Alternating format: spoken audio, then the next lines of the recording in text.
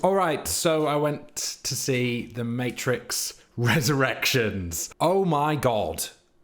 The concept of this film is pretty good, but the execution is absolutely terrible. I just couldn't get over it.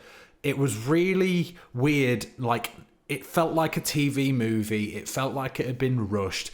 It felt like things hadn't been thought out so well in terms of like the shooting style and what it wanted to be.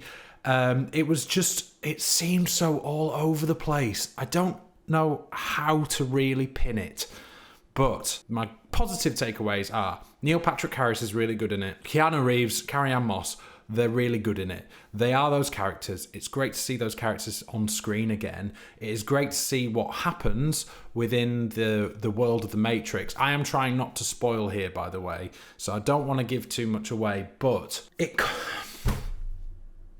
came off the way I thought it was going to. I had a theory in my head. I'm not going to tell you what that is because I don't want to spoil what happens in the film for you, because that's the only kind of interesting part of it, is what are they going for? The thing is, it is extremely meta. It's it quotes itself. The idea of it is like there are scenes where they have callbacks in a way which is kind of, it's all a bit member berries in some respect, but it's not. It's just, they're just, you know how in Matrix Reloaded, they have this bit and it's like it goes blah, and it's the architect scene. A lot of this film is like that, and there are literally things in it that like they go, oh, what's this and what's this, but then they don't really explain it. And to be honest, I don't need films explained to me, but at the same time, this just seems nonsensical. Like the whole premise is nonsensical. Like, why would the machines make the same mistake again? Like, that's kind of what it boils down to. I'm trying to not give away what happens, but why would they make the same mistake again? Why would they put themselves in a situation that does that? This whole idea of programs being characters within the films, I get it, I understand it. It's still not the greatest idea. And it seems weird. It's like they treat the programs like they're like sentient beings and stuff like that. And it just didn't stick for me. However, some of this I did have a good time with. There were moments in the story where I enjoyed the visual aspects. I enjoyed what they were trying to do. I enjoyed them going back to parts of the old film and like referring back to them and having this feel like a follow-on, which is what it is. It is a follow-on. The concept around it is just mind-blowing. I don't understand why they've done this. I loved the first one. I didn't like the other two. Reloaded, I kind of liked. And so this kind of gets it back into the...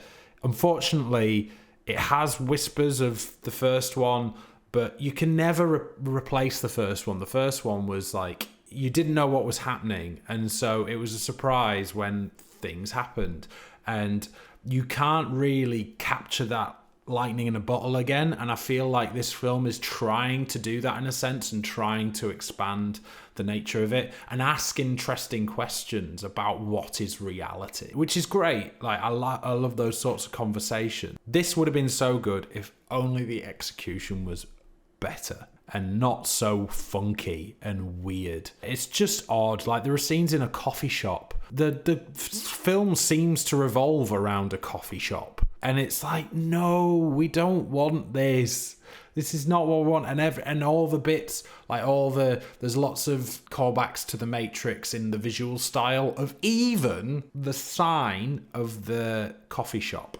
Like there are callbacks to so many Matrix things in the world that we see. And it's just like, we get it. This is the Matrix, and it's arduous. It's really arduous. I can see why the people who don't like it.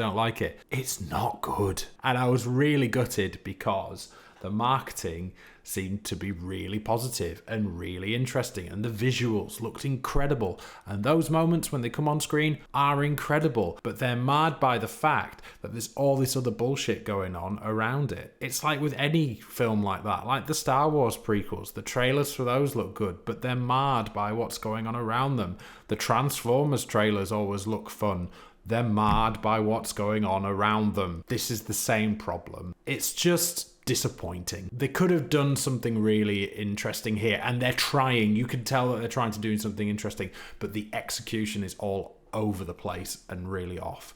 So that's my quickfire, unscripted review of The Matrix Resurrections. I don't think I'll be watching. I may watch it again just to see if I warm to it, but I don't think I will. This is the first time I'm doing this kind of thing. I have been taking some courses on how to be productive and be more motivated. And my motivation is to make YouTube content to do movie reviews, and I'm just not doing it. And so I'm here doing this. I'm going to record this for 10 minutes. I'm going to go and edit it for half an hour, upload it, and then boom, it's there live on the internet, and you've got my opinion on a film, and I've done a movie review. So this is what I'm doing. These are going to be quick fire 5-minute unscripted reviews.